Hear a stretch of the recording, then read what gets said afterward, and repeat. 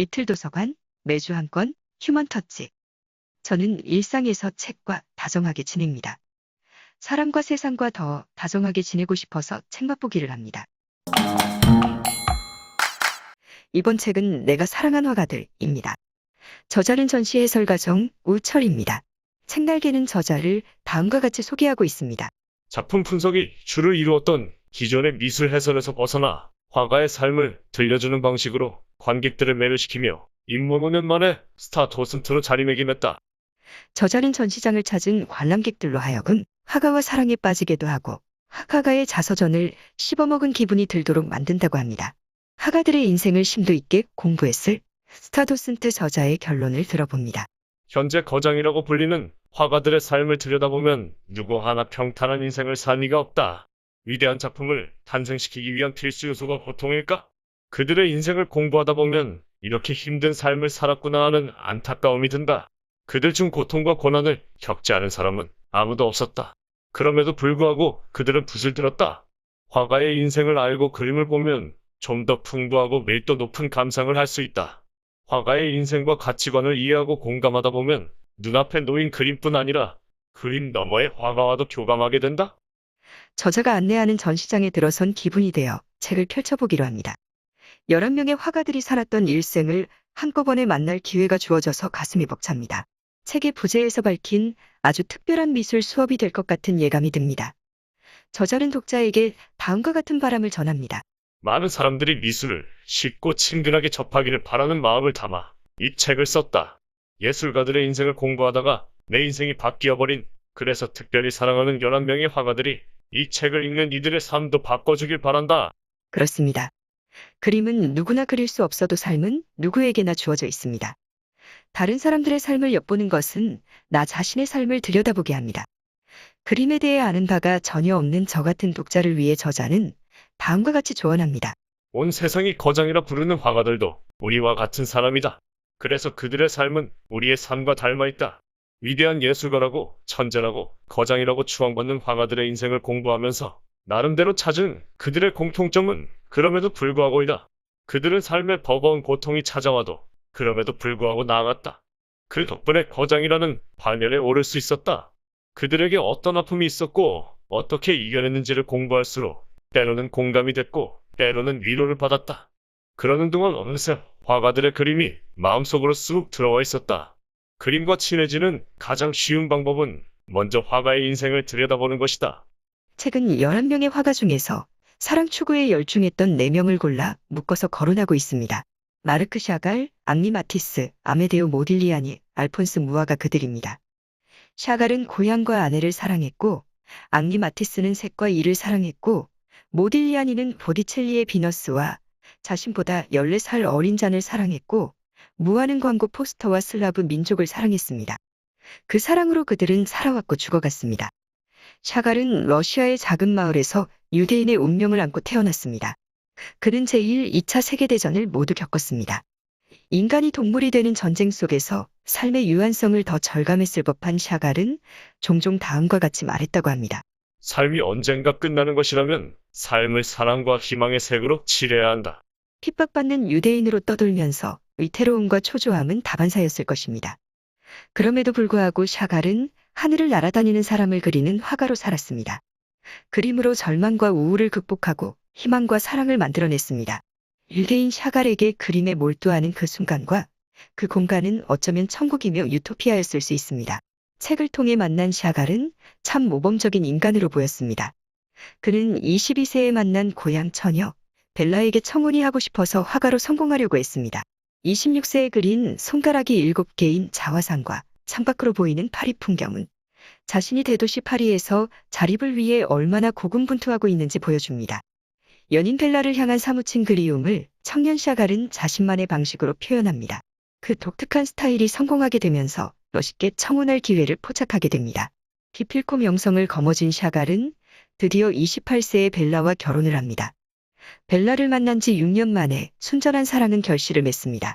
훌륭하게 자립하고 당당하게 짝짓기에 성공한 셈입니다. 그래서 결혼을 앞둔 28세에 그린 생일에는 샤갈의 에로틱한 행복이 한껏 넘쳐납니다. 맛있는 음식, 아름다운 꽃다발, 연인 벨라, 그리고 샤갈 자신을 캔버스에 나열하고 있습니다. 당시 샤갈에게 그것들이면 더 이상 바랄 것 없이 충분합니다. 그림은 인간 샤갈의 욕망을 솔직하게 보여줍니다.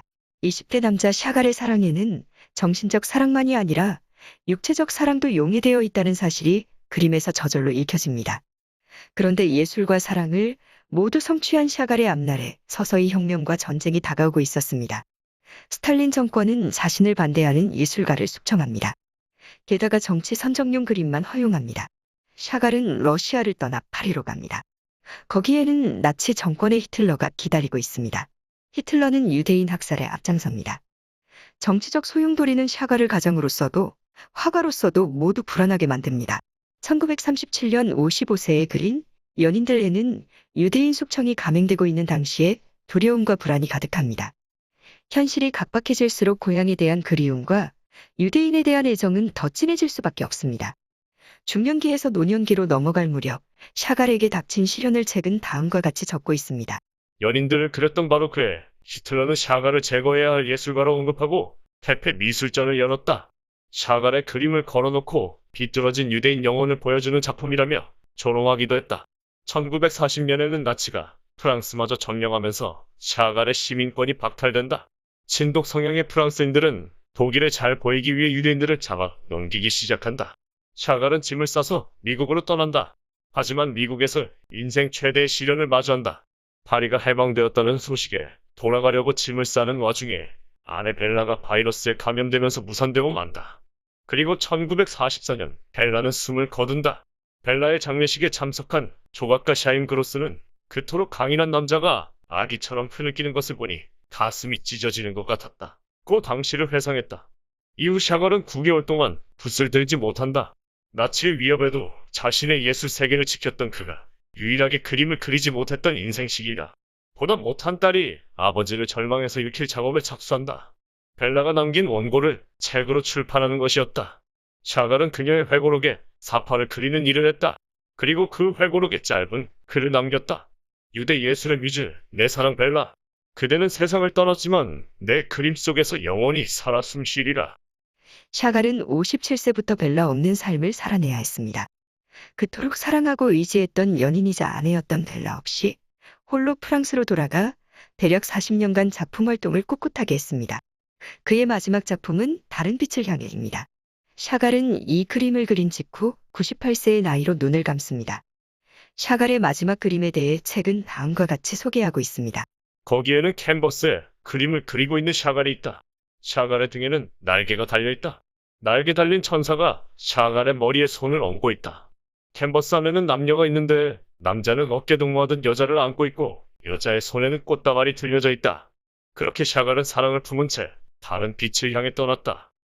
샤갈은 사랑을 품고 한평생 살았기에 사랑을 품고서 죽을 수 있었을 것입니다.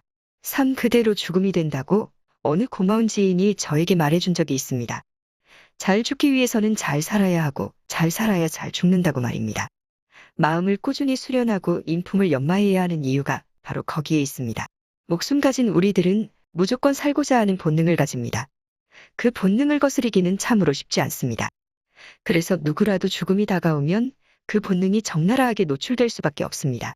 동물적 본능이 아닌 인간적 품성이 내 속에 스며들도록 지금부터라도 끊임없이 마음을 가다듬어 가고 싶습니다. 그래야만 그나마 덜 민망한 죽음을 맞이할 수 있을 것 같으니까요. 죽는 순간에는 어쩔 수 없이 내가 살아온 삶이 고스란히 드러납니다. 내가 지니고 있는 본능이 그대로 발현됩니다. 그 사실을 알게 된 이상 삶을 함부로 살아서는 안 될 것 같습니다. 사람답게 살아야 사람답게 죽을 수 있습니다. 평화롭게 살아야 평화롭게 죽을 수 있습니다. 아름답게 살아야 아름답게 죽을 수 있습니다. 평소에 순종하며 살아야 죽음이 찾아왔을 때 기꺼이 순종하며 따라 나설 수 있습니다. 샤갈의 삶과 죽음을 통해 삶 그대로 죽음이 된다는 사실을 꼭 기억하고자 합니다. 다음으로 살펴볼 화가는 앙리 마티스입니다. 마티스는 피카소, 샤갈과 함께 프랑스 3대 화가로 손꼽힙니다. 마티스는 강렬하고 자유로운 색채로 그림에서 색을 해방시켰다고 평가를 받는 화가입니다. 저자는 마티스의 그림에서 다음과 같은 느낌을 받는다고 합니다. 밝고 따뜻한 색채로 가득한 그림을 볼 때면 소진됐던 에너지가 다시 차오르는 느낌을 받기도 한다. 마티스는 프랑스 시골 마을에 부유한 곡물상 아들로 태어납니다. 엄격한 아버지는 새벽 4시부터 어린 자녀들을 깨워서 가게 일을 돕도록 했습니다. 이때 형성된 습관이 마티스를 평생 따라다니게 됩니다. 그는 죽는 그 순간까지 이를 붙들고 있음으로써 치유받는 삶을 추구합니다. 마티스는 아버지의 바람대로 변호사 자격증을 취득하고 법률사무소에 서기로 일했습니다. 그런데 마티스는 그 일을 도저히 계속 이어갈 수 없었습니다. 남들이 부러워하는 직장을 관둔 청년 마티스는 미술학교에 입학합니다. 자기주도적인 선택을 한 마티스가 치른 혹독한 대가에 대해 책은 다음과 같이 말합니다. 청년 마티스의 삶의 여정을 보면 누구에게나 인생에 한 번쯤은 운명을 바꿀 기회가 찾아오는 듯하다. 안정된 삶을 박차고 그림을 시작한 후 고향 사람들이 불렀던 그의 별명은 마을의 멍청이였다. 변호사 자격증도 취득했겠다. 탄탄대로를 걸을 수 있는데 본인이 하고 싶은 그림을 그린다며 멍청이라 불렀다. 마티스는 이후 매일 6시에 일어나 11시간씩 캔버스 앞에서 그림을 그렸다. 책이 있는 정물이라는 작품에는 법률책이 층층이 쌓여 있다. 이 작품에는 자신이 진심으로 원하는 삶을 위해 인생의 방향을 바꿔야 했던 고민과 결단이 담겨 있다. 하지만 거장이 되는 길은 만만하지 않았습니다. 30대의 마티스는 그림이 팔리지 않아서 생활이 어려워집니다. 건강까지 나빠지다 보니 의기소침해집니다. 그림을 계속 그려야 할지 그만둬야 할지 기로에서 고민하는 마침 그때 마티스의 열정이 비로소 사람들에게 전달됩니다. 36세에 열게 된 전시회에서 드디어 주목받기 시작합니다. 당시의 상황을 인용합니다. 이 전시가 그 유명한 야스파의 시작이다. 전시장에는 다양하고 강렬하게 표현한 작품들로 가득했다. 이들의 작품은 곧 엄청난 논쟁거리가 되었고 많은 사람들이 전시장으로 몰려들었다. 이 엄청난 화제의 중심에 오늘날 마티스를 대표하는 바로 이 작품이 있었다. 바로 모자를 쓴 여인이다. 이 작품은 세계혁명이었다. 40세 무렵에는 길이가 4m에 달하는 댄서들의 몸짓을 그린 춤을 완성합니다.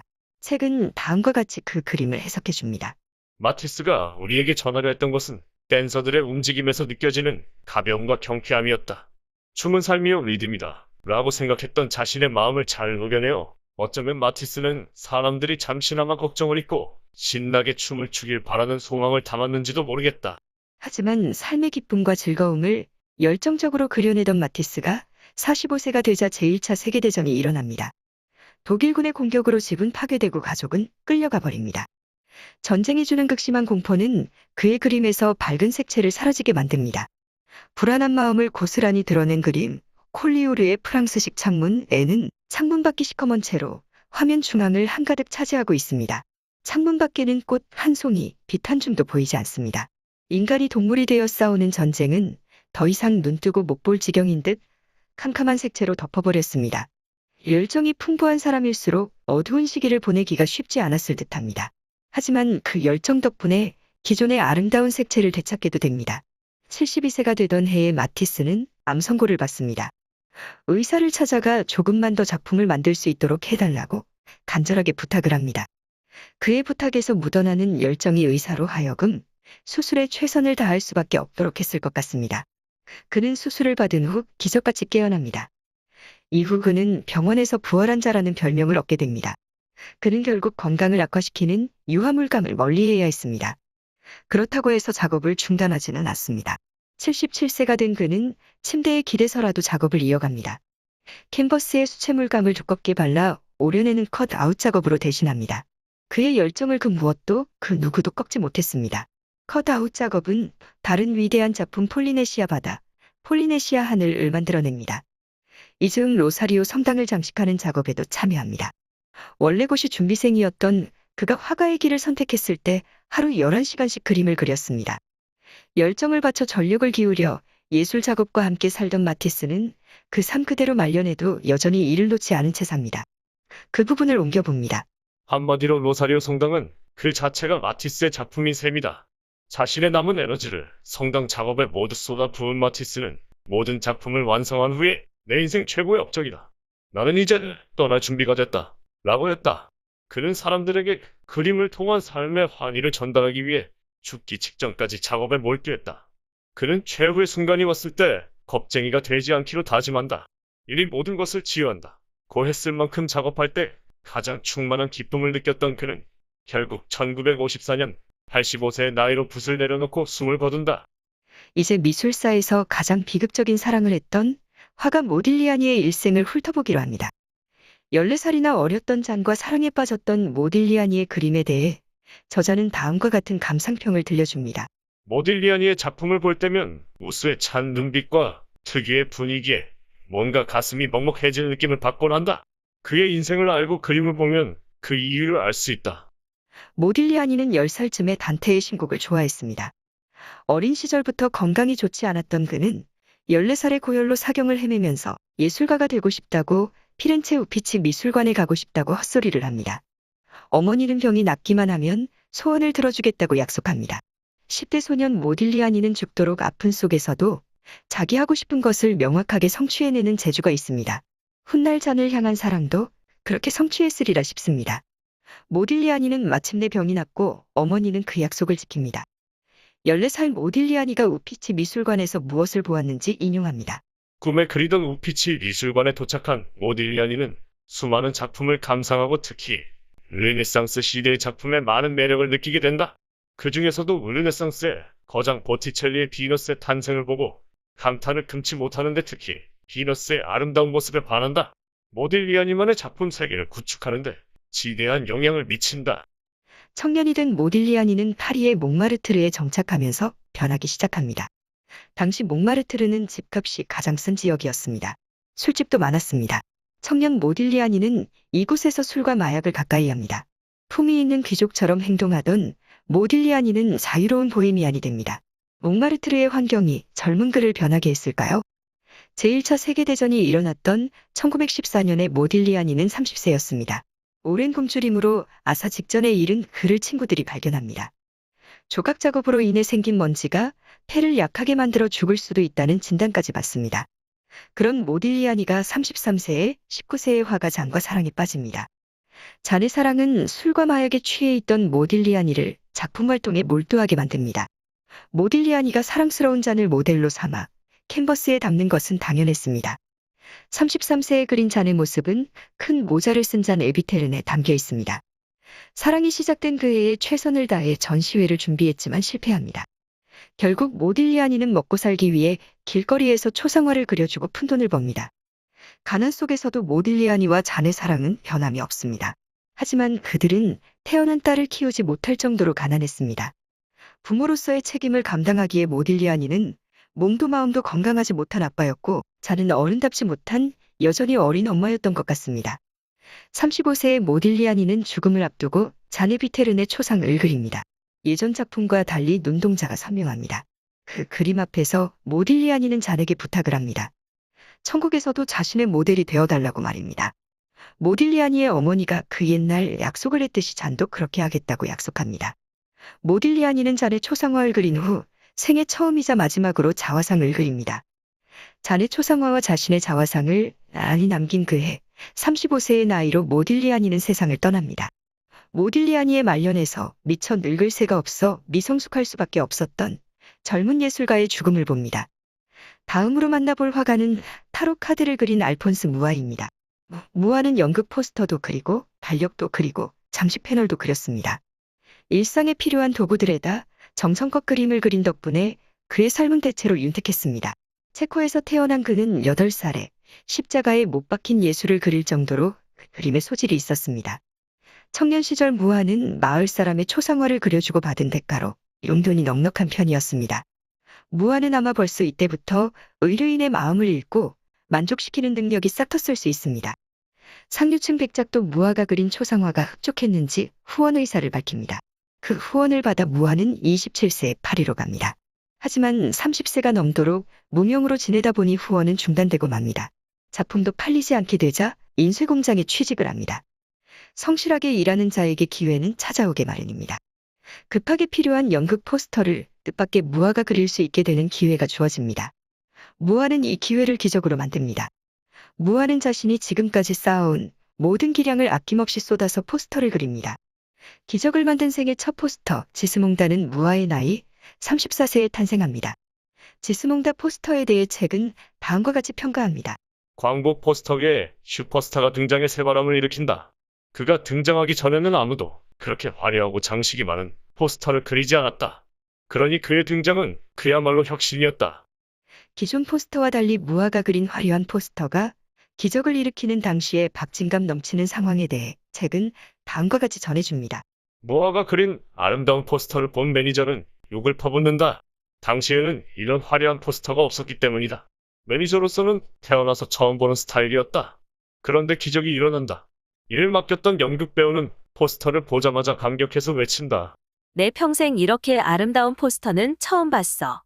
지금 당장 이 포스터를 파리 시내 유명 건물에 전부 붙여.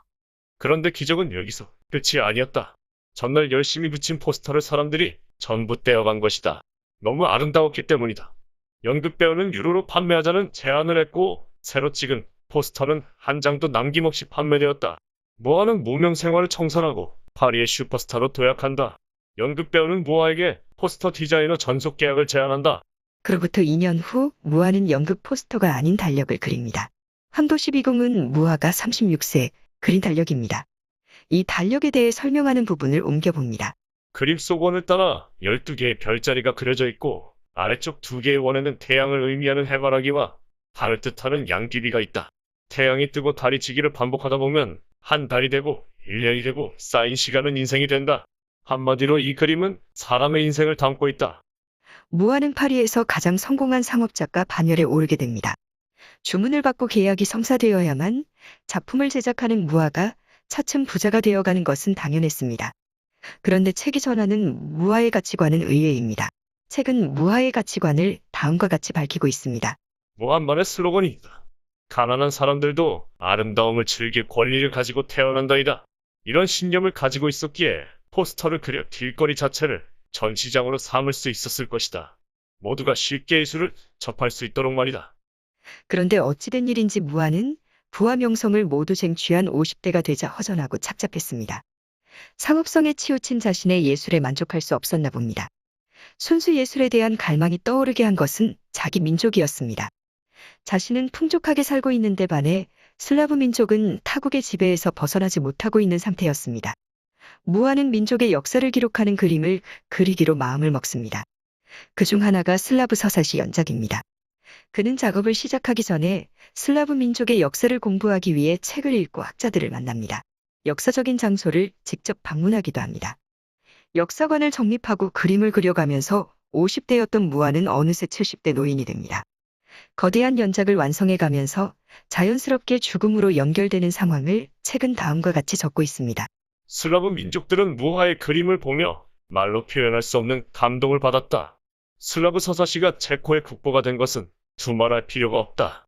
이 연작을 통해 무화는 슬라브 민족의 영웅으로 거듭났다. 그런데 안타까운 것은 무화의 죽음이 이 작품을 그리기로 했던 결심과 연관되어 있다는 점이다. 1933년 나치 정권이 등장하면서 체코도 나치의 지배를 받게 되었다. 어린 시절 꿈이 화가였던 히틀러는 그림이 인간에게 미치는 영향력과 힘을 누구보다 잘 알고 있었다.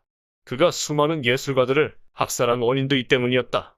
나치가 다른 민족을 지배하기 위해 가장 먼저 하는 일은 민족성을 짓밟아 반항의 여지를 제거하는 것이었으니 슬라브 민족의 민족성을 되살리려는 무화의 작품이 눈에 거슬렸을 수밖에 없다. 나치는 무화를 납치해 고문하기 시작한다. 당시 무화의 나이가 79세였던 데다 폐렴까지 있었는데도 아랑곳하지 않았다. 무화는 간신히 목숨을 유지한 채 풀려나지만 고문의 후유증과 폐렴 악화로 집에 돌아온 지 며칠 되지 않아 결국 숨을 거둔다. 무화 인생의 마지막 기적이라고 불리는 사건이 일어난다. 나치의 협박에도 불구하고 무화가 가는 마지막 길을 배웅하겠다며 무려 10만 명의 슬라브인이 장례식장에 모인 것이다. 사람들은 알폰스 무화는 죽어서 프라하의 별이 되었다며 사랑하고 존경하는 예술가를 추모한다. 결국 자신이 그렸던 위인들처럼 본인도 역사가 기억하는 위대한 화가로 자리매김한다. 이로써 저자에 의해 오로지 사랑을 추구하면서 살았던 화가로 선정된 4명의 화가 샤갈, 마티스, 모딜리아니, 무화의 일생에 대해 대충 살펴보았습니다. 우리는 흔히 전쟁, 궁핍, 실패, 권태, 우울이 고통인 줄만 압니다. 그런데 화가들의 일생을 통해 깨닫게 된 것은 부와 명성, 열정, 사랑도 마찬가지로 아픔이 되고 시련이 된다는 것을 알게 되었습니다. 전쟁과 평화, 부와 가난, 성공과 실패, 열정과 권태, 사랑과 무관심, 행복과 불행, 발랄함과 우울함, 기쁨과 슬픔, 귀함과 천함 그리고 삶과 죽음은 상황 맥락에 따라 빛이 되고 어둠이 될 뿐이지 고정된 것은 아니라는 사실을 깨닫게 되었습니다. 대조적인 둘 사이를 왔다 갔다 하며 사는 것이 우리의 인생이 아닐까 싶습니다. 지금까지 살펴보지 않은 나머지 화가들의 생애도 역시 들여다보면 삶이 그대로 죽음이 된다는 사실을 알 수 있었습니다. 간략하게 나머지 화가들에 대해 정리해봅니다. 프리다 칼로는 32번의 수술을 받으면서도 용감하고 자유롭게 살아온 삶 그대로 말년을 보냅니다. 침대에 누운 채로 전시회장을 찾아 사람들과 즐겁게 소통합니다. 또 프리다 칼로답게 시위 현장 참여를 생애 마지막 외출로 장식합니다. 그런 후 47세에 세상을 떠납니다. 구스타프 클림프는 아버지와 동생의 죽음을 겪으면서 죽음에 일찍 눈뜹니다. 세상이 요구하는 것이 아니라 자신이 원하는 작품을 창작했던 것도 항상 죽음을 의식했기 때문입니다. 그는 말년 5년 동안이나 삶과 죽음을 그리면서 보냅니다. 56세에 뇌출혈로 쓰러지면서 생을 마감합니다. 툴루즈 로트레크는 귀족 가문 장애인 화가입니다. 상체는 정상인데 하체는 제대로 성장하지 않았습니다. 그는 무법천지의 몽마르트르에 사는 댄서와 매춘부들을 미워하지 않고 그립니다. 그는 자신의 몸을 괴물로 여기며 살면서도 인생을 사랑할 수밖에 없는 사람이었습니다. 최상층과 최하류층을 모두 경험한 그는 결국 쓰러져서 반신불수가 됩니다. 그 바람에 37세인 그는 더 이상 움직일 수 없게 됩니다. 페테 콜비츠는 자신의 예술이 노동자들에게 도움이 되길 바랐던 판화가입니다. 그녀는 1차 세계대전에서 아들의 전사통지서를 받은 후 반전운동에 앞장섭니다. 2차 세계대전에서 손자까지 전사하고 맙니다. 그녀의 한평생은 전쟁과 씨름하며 살아왔다고 해도 과언이 아닙니다. 그녀가 75세에 창작한 작품에는 아이들을 보호하고 지키는 모습이 담겨 있습니다. 그녀는 전쟁이 끝나기 2주 전에 77세의 나이로 눈을 감고 맙니다. 폴 고갱은 주식 중개인이었다가 실직하면서 35세에 화가로 전향합니다. 돈과 성공에 욕심이 많고 야망도 컸던 사람입니다. 25세에 결혼한 그는 자녀가 5이었지만 오로지 자신의 예술적 성공에만 매달려 살았습니다. 성공이 간절할수록 실패가 거듭되어 독약까지 먹게 되지만 그마저도 실패합니다. 마침내 유적이 될 뻔한 작품이 50세에 대박을 터뜨려 비싼 가격에 팔립니다. 자신의 그림을 알리기 위해 자신을 드러내지 않는 신비주의 컨셉을 선택합니다. 그로부터 5년 후 55세의 나이에 심장발작으로 사망한 채로 발견됩니다. 죽을 당시 아무도 그의 곁에는 없었던 것입니다. 베르나르 비페는 부와 명예와 인기를 모두 가진 화가였습니다. 16세 때 2차 세계대전이 한창이었습니다. 미사일 공격으로 마을 사람 수백 명이 죽는 현장을 목격하게 됩니다. 전쟁이 끝난 다음 해에는 다정했던 어머니가 뇌종양으로 죽습니다. 17세 청년은 그림이라도 그리지 않으면 살 수가 없는 심정이 됩니다. 그 심정으로 그림을 그렸더니 공감을 얻습니다. 20세에 비평가상을 받으면서 부와 명성이 따릅니다. 30세 때 그의 전시장은 폭동을 방불케 할 정도로 사람들이 운집합니다. 그는 성을 살 정도로 부자가 되어 아름답고 유능한 아내와 함께 삽니다. 50대부터 세상과 담을 쌓고 문학작품을 그림으로 옮기는 작업을 합니다. 하지만 69세에 파킨슨병 진단을 받습니다. 71세가 되던 해에 아내와 산책을 다녀온 후 집 근처 마리아상 앞에 장미 한 송이를 올려두고 작업실에 들어가 자살을 합니다. 에곤 실레는 28살의 요절한 화가입니다. 그는 성병으로 괴로워하던 아버지의 난폭함을 겪으면서 인간의 본성과 고통을 깨우칩니다. 그는 인간의 몸을 미화하지 않고 흉측하게 그립니다. 포장하지 않고 가식도 없는 그의 그림을 대중은 이해하지 못합니다. 사람들의 위선을 고발하는 그의 그림을 대중이 불편해한 것은 당연합니다. 하지만 결혼 후 안정을 찾은 실레는 평범해지려고 노력합니다. 그런데 임신 6개월의 아내가 스페인 독감에 걸려 세상을 떠나고 맙니다. 실레도 3일 후에 의사가 사망을 선고합니다. 실레가 마지막에 그린 가족은 그의 그림 중에 가장 평온해 보이는 작품입니다. 이로써 11명의 화가들을 모두 대충 살펴보았습니다. 마지막으로 책 맛보기가 일상의 즐거움이 되었으면 하는 바람으로 앙리 마티스에 관한 내용 중에서 인용하고 싶은 부분을 남기며 책을 덮습니다. 마티스가 자유로운 색채를 통해 말하고 싶었던 것은 즐거움이었다. 마티스는 이렇게 말했다. 나는 내 노력을 드러내려 하지 않았고 그저 내 그림들이 봄날의 밝은 즐거움을 담기를 바랐다. 내가 얼마나 노력했는지는 아무도 모르게 말이다. 그는 그림을 통해 사람들에게 인정을 받는 게 아니라 그저 즐거움을 느끼게 해주고 싶었다. 이만 책 맛보기를 마칩니다. 지금까지 리틀 도서관 매주 한 권 휴먼터치 황진이었습니다. 책 맛보기는 그저 제가 경험한 책, 사람, 세상 이야기일 뿐입니다. 이야기하다 보면 사람이 덜 된 저 자신을 즐겁게 발견하게 됩니다.